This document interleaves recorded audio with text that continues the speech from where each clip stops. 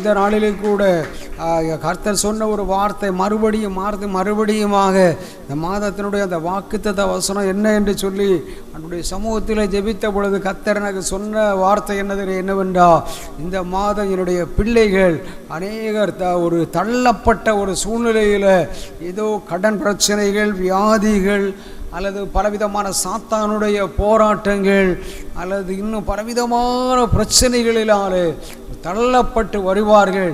ஆனால் அவர்களைத்தான் நான் பயன்படுத்த போகிறேன் என்று சொன்னார். எந்தெந்த தேவைகள் உங்களுக்கு சந்திக்கப்பட முடியாமல் நீங்கள் காணப்பட்டு உங்களுக்கு நல்ல திறமைகள் இருக்கலாம், சாமர்த்தியங்கள் இருக்கலாம், ஆனாலும் உங்களுடைய வாழ்க்கையிலே ஒரு தள்ளப்பட்ட சூழ்நிலையிலே நீங்கள் இந்த இடத்திலே வந்திருந்தாலும் இந்த நாளிலே கர்த்தர் நமக்கு சொன்ன ஒரு காரியம் என்ன தெரியுமா? ஆசீர்வாதங்களை பார்த்து ஆச்சரியப்படுகிறவர்களாக இருக்க போகிறோம். அல்லேலூயா! ஆசீர்வாதங்களை கண்டு ஆச்சரியப்படுகிறவர்களாக தேவன் நம்மை மாற்ற விரும்புகிறார். இயேசு அவர்களை நோக்கி, வீடு கட்டுகிறவர்களால் ஆகாதென்று தள்ளின கல்லே மூளைக்கு என்னமாய் மாறிட்டான், தலைக்கல்லாக. அது யாராலே ஆயிற்று? கர்த்தராலே தான் ஆயிற்று. அல்லேலூயா! பவுல் நடலாம், ஆனால் பாய்க்கப்படுவது யாரா? கர்த்தர் தான். அல்லேலூயா! ஒரு கல் தள்ளப்பட்ட கல் தான், ஆனால் அது தேவனுடைய பாதத்திலே கொண்டு வரும் பொழுது அது மூளைக்கு தலைக்கல்லாக மாறுகிறது என்று நாம் அறிந்திருக்கிறோம், அறிந்து கொள்ள முடிகிறது. அல்லேலூயா! அது நம்முடைய கண்களுக்கு எப்படி இருக்கிறதா? ஆச்சரியமா இருக்கிறது.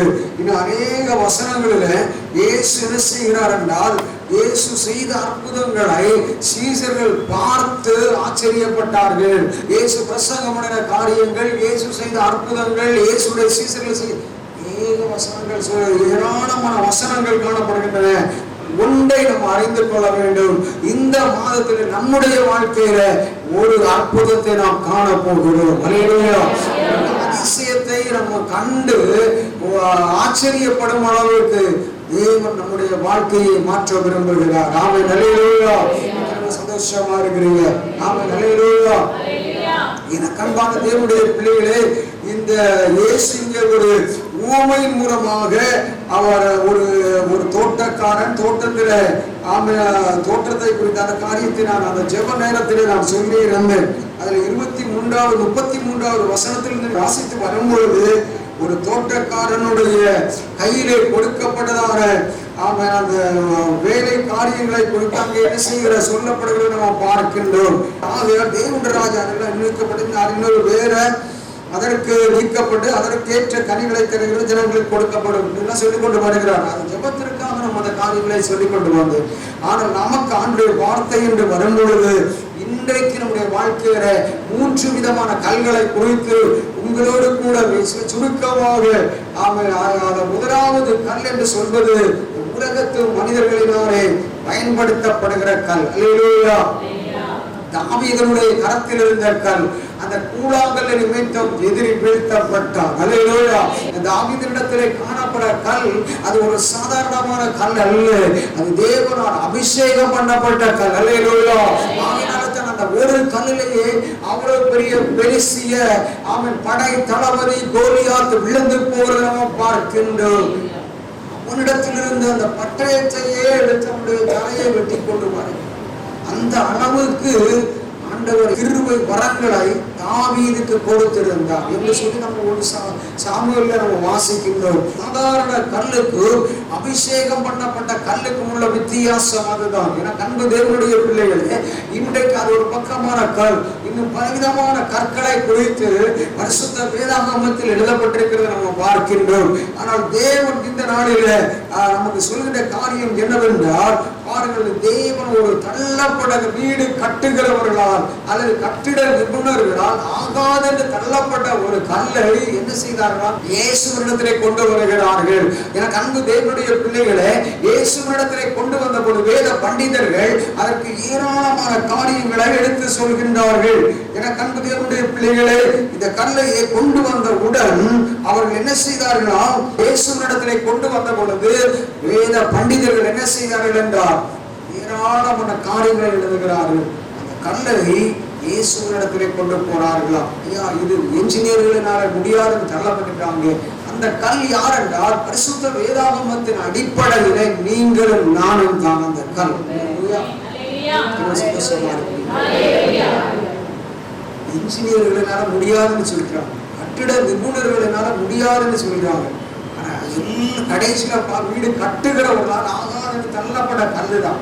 நீங்க உங்களுடைய குடும்ப சூழ்நிலையில, உங்களுடைய வேலை பார்க்கிற இடத்துல உங்களுக்கு வேலை பார்க்கறதுக்கான திறமையே இல்லை அப்படின்னு உயர் அதிகாரிகள் உங்களை பழி சுமத்தி கொண்டே இருக்கிறார். ப்ரமோஷனை தடுத்து வைத்துக் கொண்டே இருக்கிறார். சம்பள உயர்வை தடுத்து வைத்துக் கொண்டே இருக்கிறார். ஆனால் தேவனை மறைக்கவே முடியாது.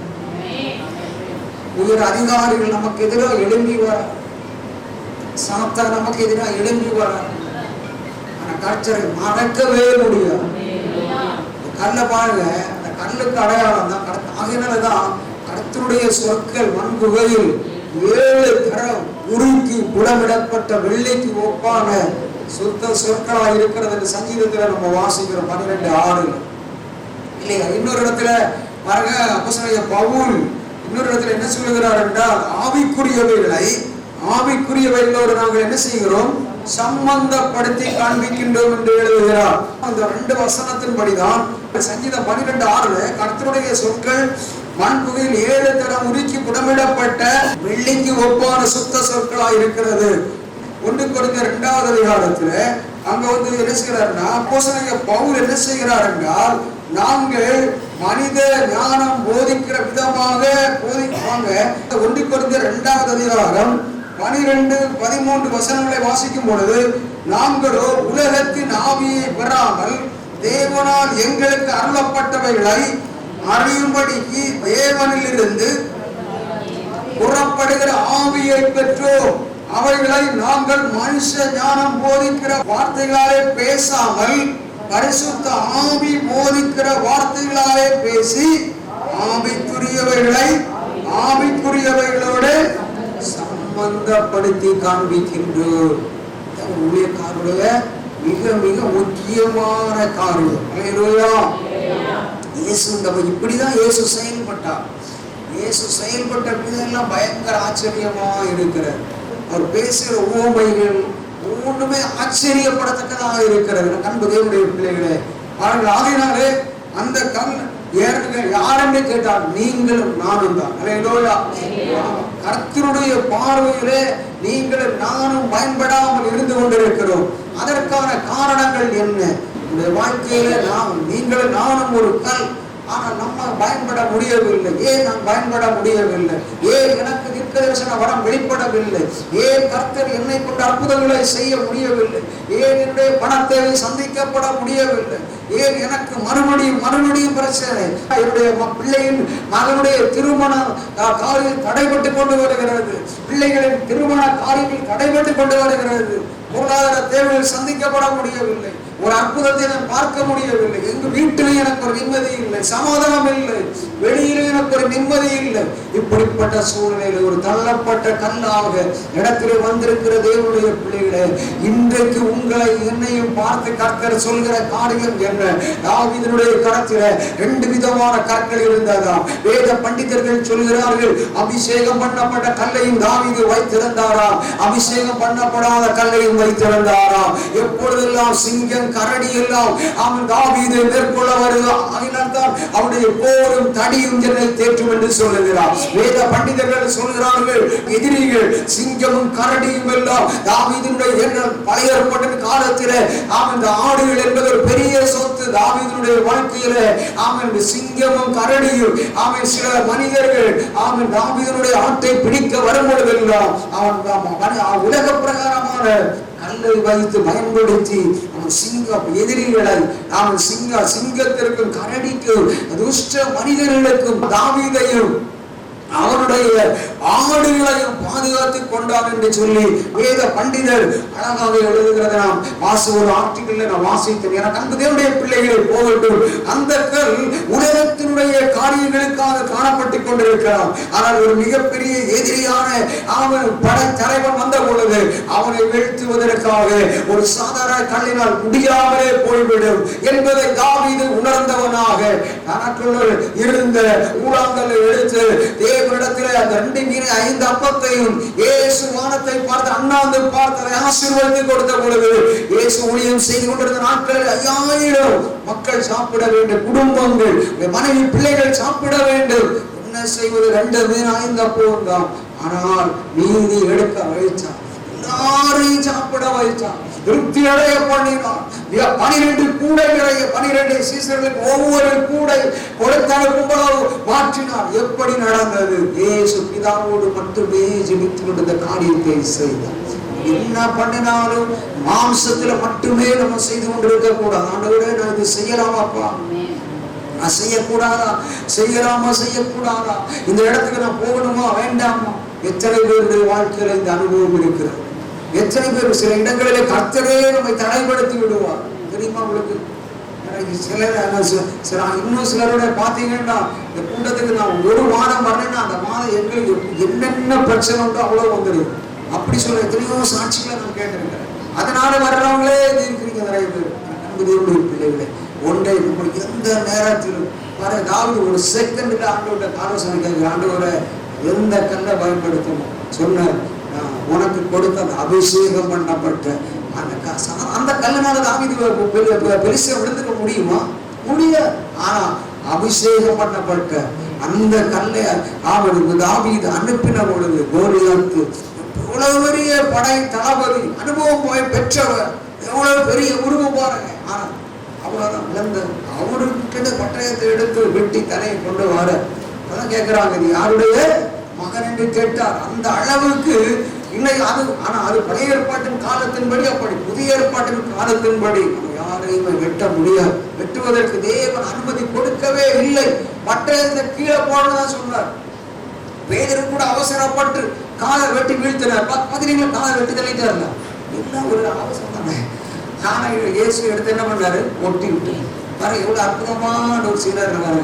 அதனாலதான் பட்டயத்தை கீழே போடு. பட்டயம் நம்ம எடுக்க வேண்டிய ஆட்கள் நம்ம கிடையாதுங்க. நம்ம பட்டயம் எது? முழங்கால். முழங்கால் படியிடுவதும் ஜெபமும் தான் நம்முடைய பட்டயம். ஜெபத்தினாலே மேற்கு ஜெபத்தாலே முடியாதது என்பது ஒன்றுமே விசுவாசம். ஆகினாலே அபிஷேகம் பண்ணப்பட்ட அந்த கல் பாருங்க, அது ஒரு பக்க கல். ஆனா நம்முடைய வாழ்க்கையில இன்னைக்கு நான் ஒரு கல், நீங்களும் நானும் ஒரு கல்லாக காணப்படுகிறோம். ஆனா இன்னைக்கு நம்ம பயன்பட்டுக் கொண்டிருக்கிறோமோ பயன்படாமல் இருக்கிறோமா? பயன்படுகிறோம் என்றால், தேவனால் பயன்படுத்தப்பட்டு கொண்டிருக்கிறோம் என்றால், நம்ம தள்ளப்பட்ட கல்ல இன்னும் சரியா பார்ப்போம்.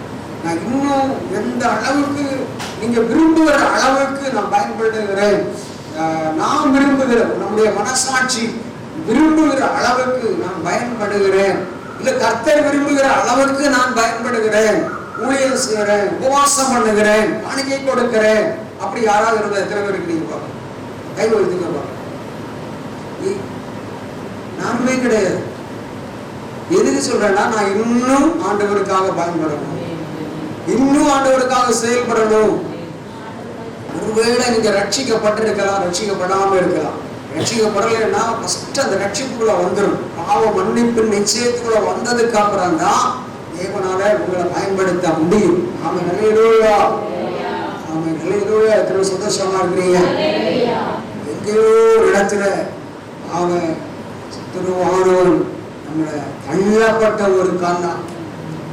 உங்களுக்கு நல்ல சாமர்த்தியம் இருக்கிறது, திறமை இருக்கிறது, பயன்படுத்த மாட்டாங்க. நல்ல திறமை இருக்கு, இரவெல்லாம் பிரயாசப்பட்டீங்க, ஒண்ணுமே அகப்படலை. இப்படி கூட வந்திருக்கலாம். நல்ல பேரு கூட திறமசாலி, பிரயாசப்பட்டார். தள்ளப்பட கல்லாத பேரு இடத்துல இருக்கிறேன், ஒண்ணுமே இல்லையே. இயேசு இடத்தை கேட்கிறார், இயேசுவே நான் என்ன செய்யணும்? அப்பா ஆண்டவர் சொல்லுவாங்க, வர என்ன செய்யும்? ஆழத்தையும் இந்த வார்த்தை கிடைச்சி பண்ண உடனே என்ன நடந்தது? அற்புதம் நடந்தது. எல்லா மீன் பிடிக்க தெரிந்த பேரு ஆனா ஒருவேளை பேதுரு பார்த்து சொல்லி இருக்கலாம், நான் இந்த இடத்துல தான்ப்பா இவ்வளவு நேரம் நான் பிரயாசப்பட்டேன், ஆனா எனக்கு ஒண்ணுமே கிடைக்கலையே, நல்லா மீன் பிடிக்க தருவேன், யார்கிட்ட சொல்லி இருக்கலாம்?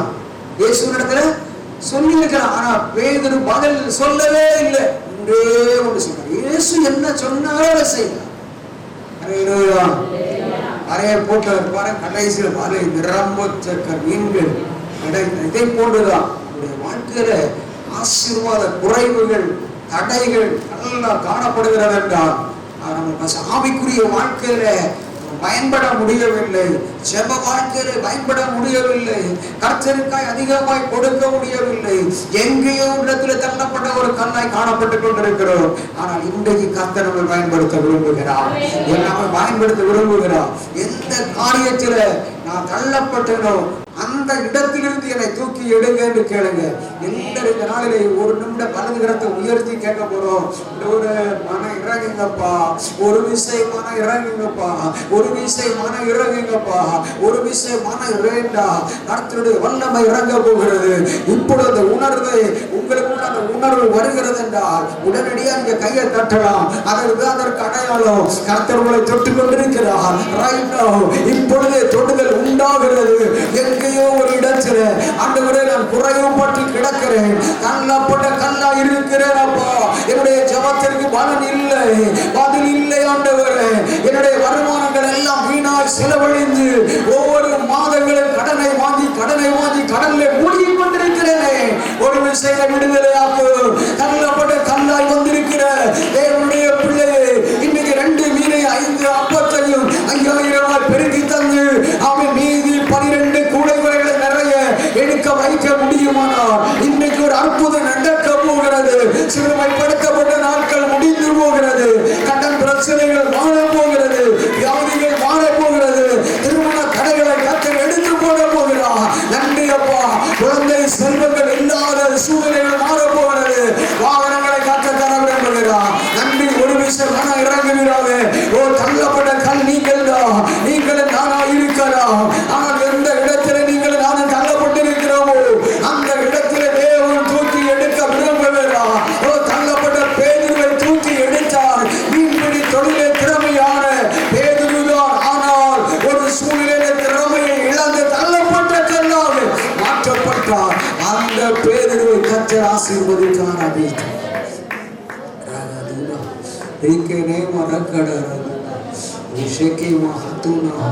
தேவ பிரசன்னத்திற்கு முன்பதாக மலைகள் மெழுகு போல உருகி போகும். கர்த்தருடைய பிரசன்னம் வந்தாலே போதும்.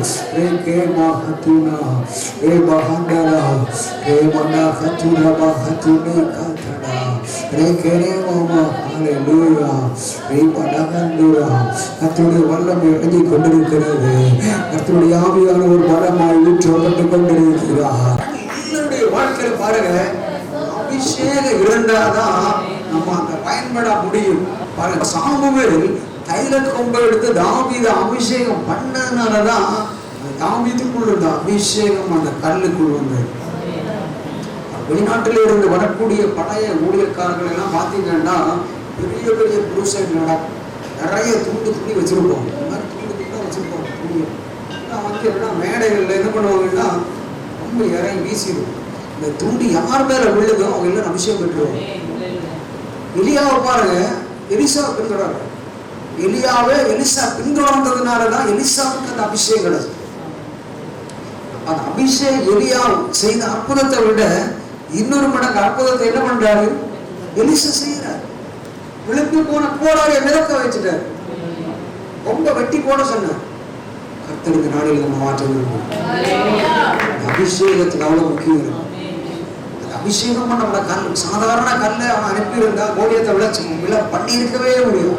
அபிஷேகம் பண்ண அதே மாதிரி பேதுருவை பாருங்க, அதை மேன்மை 40 உயிர்த்தெழுந்து 40 நாட்கள் அதுக்கு பிறகு உருவாக்கப்பட்டு மேல் மாடியில 120 பேர் என்ன பண்ணாங்க? 10 நாட்கள் கூடியிருந்தாங்க. அங்கதான் அந்த வல்லமை இறங்கி எல்லாருடைய நாவை அனலாக்கினார். எல்லாரும் வெவ்வேறு பாசங்களை பேசினாங்க. எப்படி மாற போறதுலாம் பேசினாங்க. கடைசியில பாத்தீங்கன்னா 40 ஆண்டுகளா நடக்க முடியாத ஒரு மனிதனை நடக்க வைத்து கையில் வெள்ளியும் பொண்ணு எந்த இடத்துல இல்லை, ஒன்று இயேசுவின் நாமம். வார்த்தை சொல்லி தூக்கி விட்டாங்க. அவ்வளவு 40 ஆண்டு நடக்க முடியாத மனிதனை நடக்க வைத்திருந்தார் மேல் வீட்டு அறையின் அபிஷேகம். அடுத்து போற பேருடைய பிரசங்கத்துல 3000-5000 பேர் ரட்சிக்கப்படுறாங்க. எப்படி நடக்குது? ஒரே பிரசங்கம். எத்தனை சந்தோஷமா இருக்கு. இப்படிப்பட்ட ஒரு காலம் நம்முடைய தேசத்துல வர வேண்டும். இப்ப அடுத்த ஆண்டுல இருந்து கர்த்தரால் தொடங்க போகிறார். 2026 தான் நடக்க போகிறது. 2030க்குள்ள எழுப்புதல் இந்தியாவை முழுமையாக இந்தியாவை எழுப்புதல் கூட போகிறது. நிற்கவே நிற்காது. எழுப்புதல் ஆலை வாங்கி கொண்டே தான் இருக்கு. இந்தியாவிலிருந்து டீமா வெளிநாட்டுக்கு போவாங்க. சுற்றுலாவுக்கு போற மாதிரி போவாங்க. ஒன்றும் பிரச்சனை இல்லை. போகிற இடத்துல 3 நாட்கள் 5 நாட்கள் 7 நாட்கள் கூட்டங்களை ஜெபங்களை வச்சு பிரேயர் பண்ணி அந்தந்த நாட்டுக்காக ஜெபிக்க போறாங்க. இப்படிப்பட்ட காலங்கள் அதிகம். ஒரு பெரிய மாற்றத்துக்குள்ளாக கர்த்தர் ஒரு காலகட்டத்தில் வெளிநாட்டில் வந்து இங்க இந்தியாவில் ஊழியம் பண்ணாங்க. ஆனா வருகிற நாட்களில அந்த நாட்களில் நம்ம தள்ளப்பட்ட கல்லாக்கி கிடந்தோம். ஆனால் இனி வரும் நாட்களில நம்ம வெளிநாட்டுல ஊழியம் செய்து காணிக்கை வாக்குகிறதற்காக போகாமல் வெளிநாடுகளில போய் ஜெபங்கள் நடத்துவதற்காக கர்த்தர் இந்தியாவில் இருந்து வெளிநாட்டு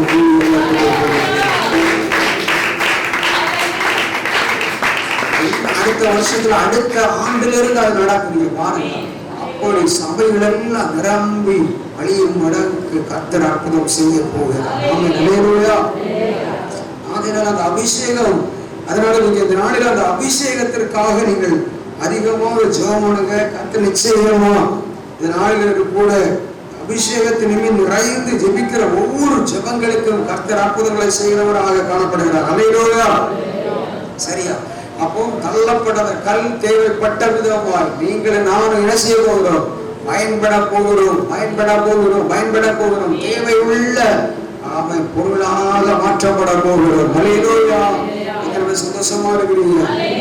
நமக்கு குடிப்பதற்கு தண்ணீர் எவ்வளவு தேவையா இருக்கிறதோ, நம்ம ஒரு நாள் தண்ணி குடிக்காம எத்தனை நாள் தண்ணி குடிக்காம இருக்க யாராவது ஒரு 10 நாள் ஒரு நாள் தண்ணி குடிக்காம இருக்கிற யாராவது கை வைத்துக்கலாம்.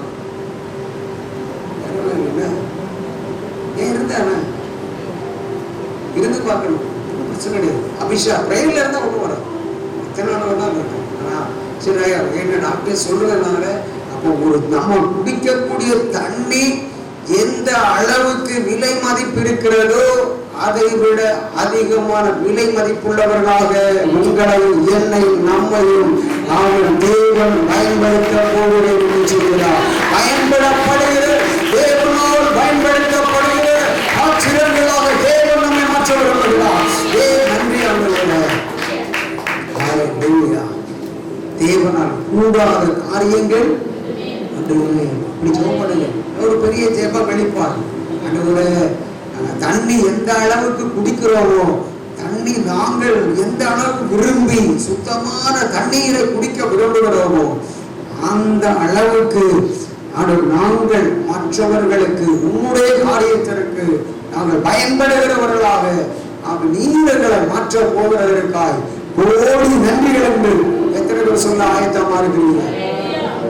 ஆமென். அல்லேலூயா. ஆமென். தள்ளப்பட்ட ஒரு கல் மூளைக்கு தரைக்கல்லாக மாறுகின்றது நம்ம பார்க்கின்றோம். ஆமென். அல்லேலூயா.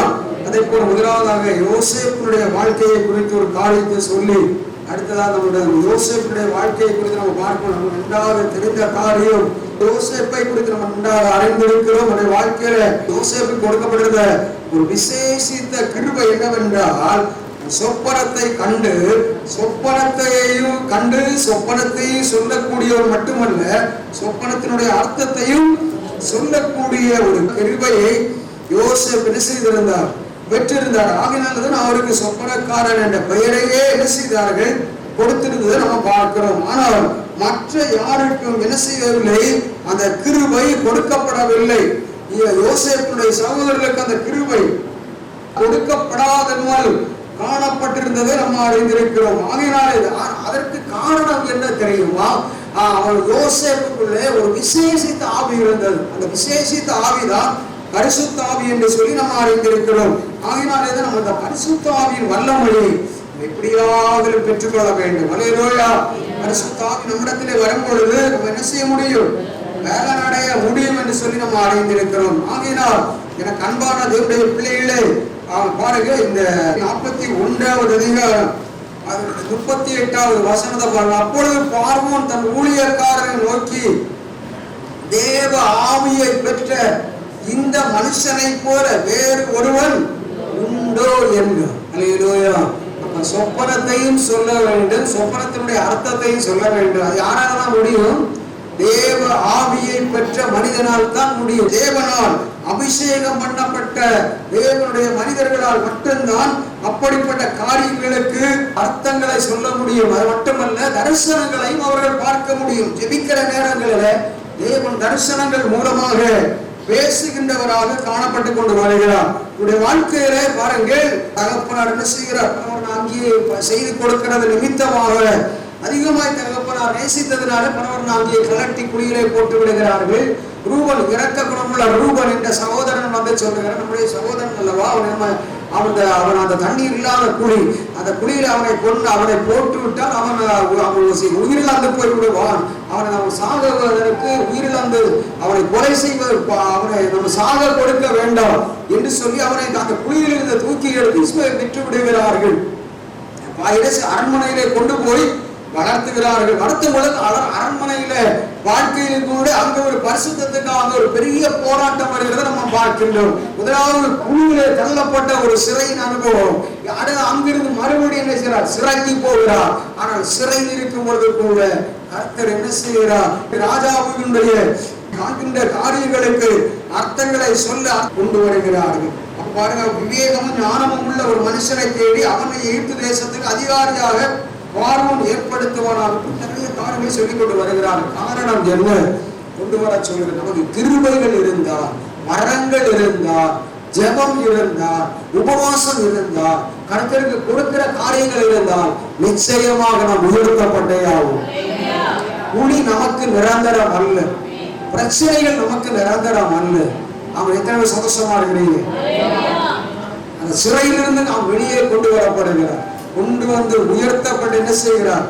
அவருடைய வாழ்க்கையில திருமண வாழ்க்கையை கர்த்தர் ஏற்படுத்தி கொடுக்கிறத நம்ம பார்க்கின்ற 41வது அதிகாரத்தில் நீங்கள் பார்க்கும் பொழுது 45வது வசனத்தை வாசிக்கிறேன்.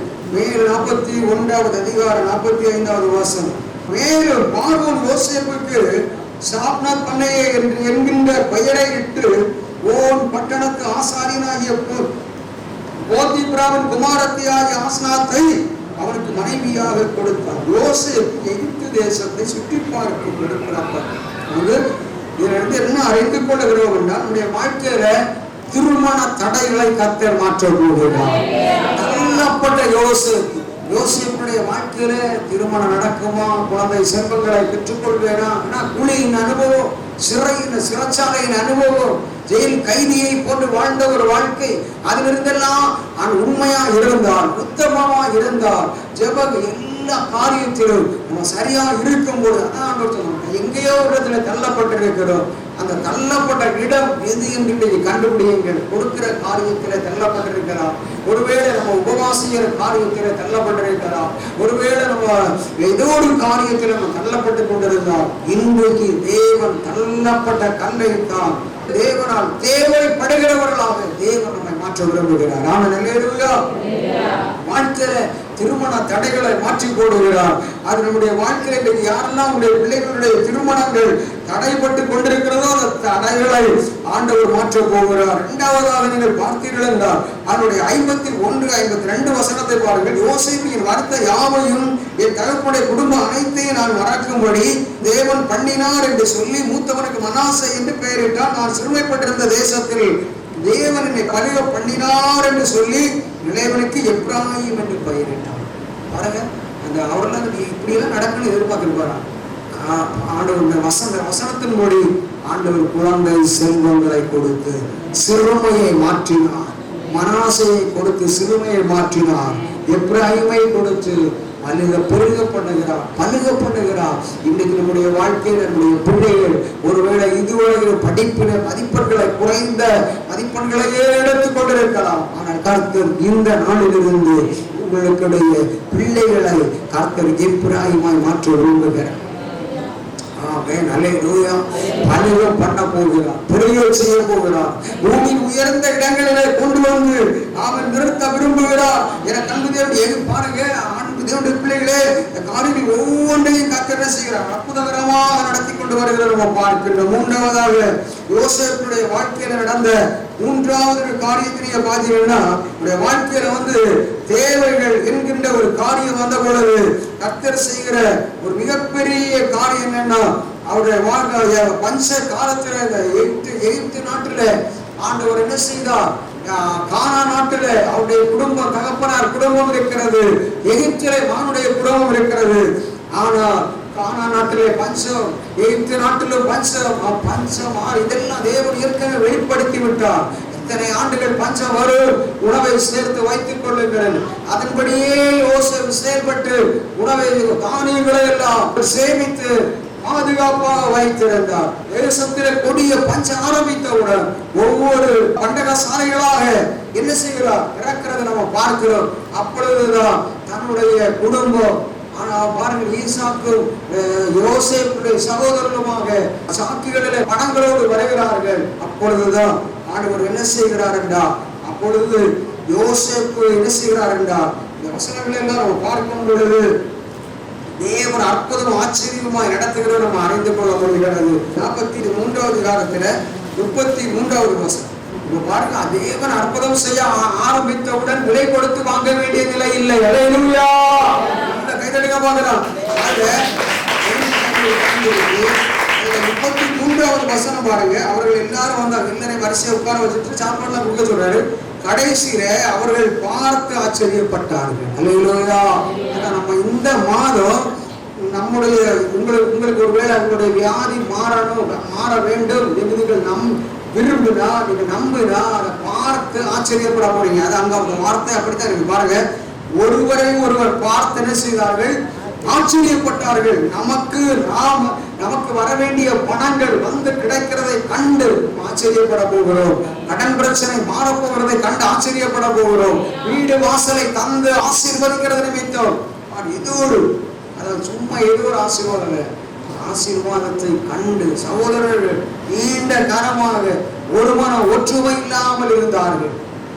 பொறாமையினால யோசேப்பை குழியிலே போட்டார்கள். பரிசுத்தத்துக்காய் சிறைக்கு போக வேண்டிய நிலை வந்தது. உடனடியாக யோசேப்பு தேவனை விட்டு பின்வாங்கி போகவே இல்லை. இதே போட்டுதான் நீ யோசேப்பை போட்டு நீங்கள் நான் ஒருவேளை குழியின் அனுபவம், சிறையின் அனுபவத்துக்குள்ள இருக்கலாம். ஆனால் தேவன் நம்ம வெளியே கொண்டு வர போகிறார். இந்த மாதம் தேவன் நமக்கு செய்ய போகிற ஆசீர்வாதங்களை பார்க்க போகிறோம். ஆசீர்வாதங்களை கண்டு என்ன செய்ய போகிறோம்? ஆச்சரியப்பட போகிறோம். உங்களுக்கு என்ன தேவை இருக்கிறது அதை சொல்லி நம்ம கடைசியா நம்ம ஜெபிக்க போகிறோம். கடைசியா பார்த்தீங்கன்னா இந்த காரியத்தில் நிறைய காரியங்கள் யோசேப்பை குறித்து சொல்லப்பட்டிருந்தாலும் கண்டு தேவனுடைய பிள்ளைகளே நாளில் கூட அவன் கர்த்தர் செய்ய போற காரியம் என்ன? கழுதைகளிலே ஏற்றிக்கொண்டு போகும் அளவிற்கு தானியங்களை சாக்குகளிலே நிரப்பி கொண்டு வந்த பணங்களையும் அதிலே வைத்து அனுப்புகின்றதை நம்ம பார்க்கின்றோம். இன்றைக்கு தேவன் நமக்கு செய்ய போகிற காரியம் என்ன? தேசத்திலே பஞ்சம் கொடியதா இருந்தது.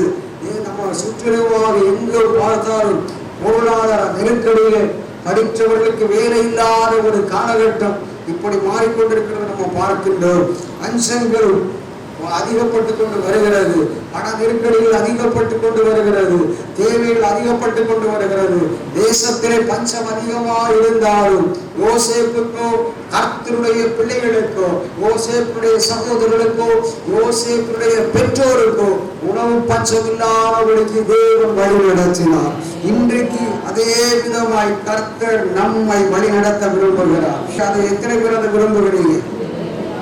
அதை போன்ற இயேசுனுடைய வாழ்க்கையிலும் கூட இயேசு என்ன செய்தார்கள்? சிலுவையிலே தள்ளிவிட்டார்கள். கடைசியா பாத்தீங்கன்னா இயேசு சிலுவையிலிருந்து வெளியே, சிலுவையோடு இயேசுடைய வாழ்க்கை முடிந்து போகவே இல்லை. இயேசுடைய சிலுவை நம்ம இந்த நாளில தள்ளப்பட்டிருக்கிறோம் என்றால் நமக்கு சில காரியங்களை தேவன் கற்றுத்தந்து தேவன் நம்மை பயன்படுத்த விரும்புகிறார். தேவன் நம்மை கொண்டு அநேகரை ரட்சிப்புக்கு நேராக தேவன் நம்மை கொண்டு அநேகரை ரட்சிப்புக்கு நேராக வழி நடத்த போகிறார். இத்தனை பேர் இயேசு அந்த சிலுவைக்கு போனபடினாலே தான் அவருடைய அந்த பாடுகள் நிமித்தமாக அந்த ரத்தம் சிந்தினார். அவன் அந்த ரத்தம் சிந்துதல் இல்லாமல் பாவ மன்னிப்பு இல்லை என்று 1 யோவான் நம்ம வாசிக்கின்றோம். எனக்கு ஏழிலே அன்பு தேவனுடைய பிள்ளைகளே, இயேசுவின் ரத்தம் தான் எல்லா பாவங்களையும் கழுவக்கூடியதாக இருக்கிறது. இன்றைக்கு ஆத்துமா ஆரோட தரப்போகிறார். அதே போல இயேசுடைய தழும்புகளினாலே இயேசு சுகத்தை கொடுத்தார். இன்றைக்கு நீங்கள் நாம் என்ன செய்ய போகிறோம்? இயேசுவை பற்றி மற்றவர்களுக்கு சொல்கின்ற காரியத்தில் இதுவரை எங்கேயோ ஒரு இடத்துல எல்லாரும் எழுப்பி நிற்கலாம். ஜெபிக்க போகிறோம், எல்லாரும் எழுப்பி நிற்கலாம். ஹல்லேலூயா. இந்த நாளில் கூட கர்த்தர் நம்மோடு கூட பேச போகிறார். ஆமென். தேங்க்யூ, நன்றி. ஆமென். ஹல்லேலூயா. நாம எங்கேயோ ஒரு இடத்துல நம்ம தள்ளப்பட்டு கிடந்தோம். ஆனால் கர்த்தர் இந்த நாளிலே அந்த தள்ளப்பட கல்லை எடுத்து நிறுத்த விரும்புகிறார். ஆமென். எடுத்து நிறுத்த விரும்புகிறார். தேங்க்யூ, நன்றி அப்பா. ஒரு கர்த்தர் நமக்காக உத்தமம் விரும்புகிறார். கர்த்தர் ஆமென். ஹல்லேலூயா. நன்றி அப்பா.